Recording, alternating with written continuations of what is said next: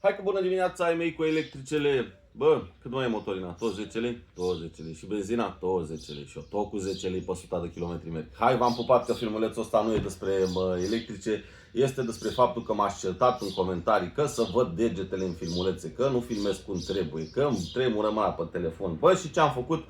Am dat scroll aici pe TikTok și am găsit pe băieții ăștia de la OVD Store și mi-am luat și eu un selfie stick din asta.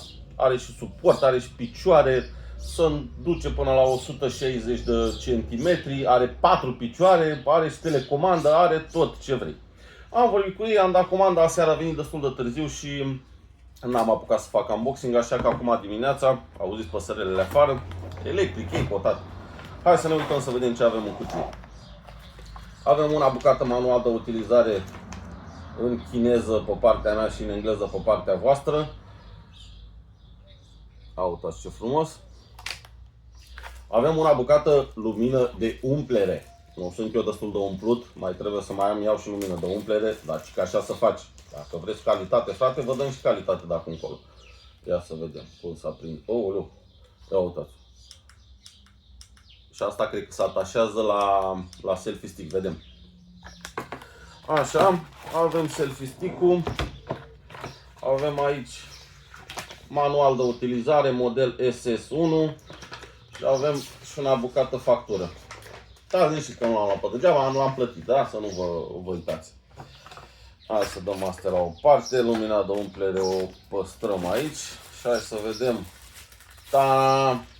Uite cât ai selfie stick-ul. Frumos, nu? Avem telecomanda aici care se conectează la telefon, ca să poți să-i dai play, record de la distanță. Avem chestia asta care poți să ții selfie stick-ul așa, să nu mai stremure mâna.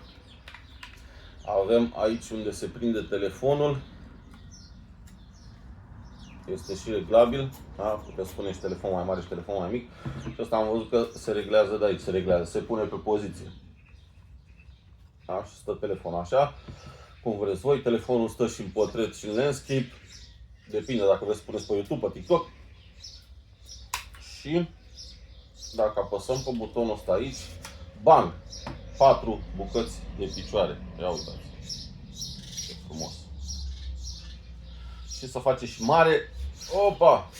Mamă, dar e destul de calitate așa. O, uitați-l cât de mare să faci. Nici nu cape în cadru. Vedeți? Să faci atât de mare ca să te filmezi singur de la orice înălțime. Hai să-l băgăm la loc. Bă, și ce mi-a plăcut mie? Ia uite, dacă îl punem așa la loc și vrem să filmăm cu el și ca să stai cât mai stabil, deci practic aici o să fie telefonul, da? Frumos, elegant. Ca să stai cât mai stabil, eu poți să faci așa. Vedeți? Ce frumos? Să învârte fix după tine. Manual, bineînțeles. Că mai face mai mare, mi-am și de la automat care să țină după mine. Bun. E comparator după TikTok, să-ți dai seama. Îmi dați voi scroll pe TikTok și mă găsesc pe mine așa, am dat și eu scroll și am găsit pe băieții ăștia de la OW Store, OVD Store. Am comandat de lei, a venit aseară târziu, n-am avut timp să-i fac unboxing, vi l-am făcut acum de dimineață. Dacă vreți și voi, intrați la ei pe TikTok sau pe site www.ovdstore.ro și aplicați codul SS1 pentru un discount de 40 de lei. Da? Simplu, rapid, toate bune. Și nu uitați, viitorul este electric. Pa!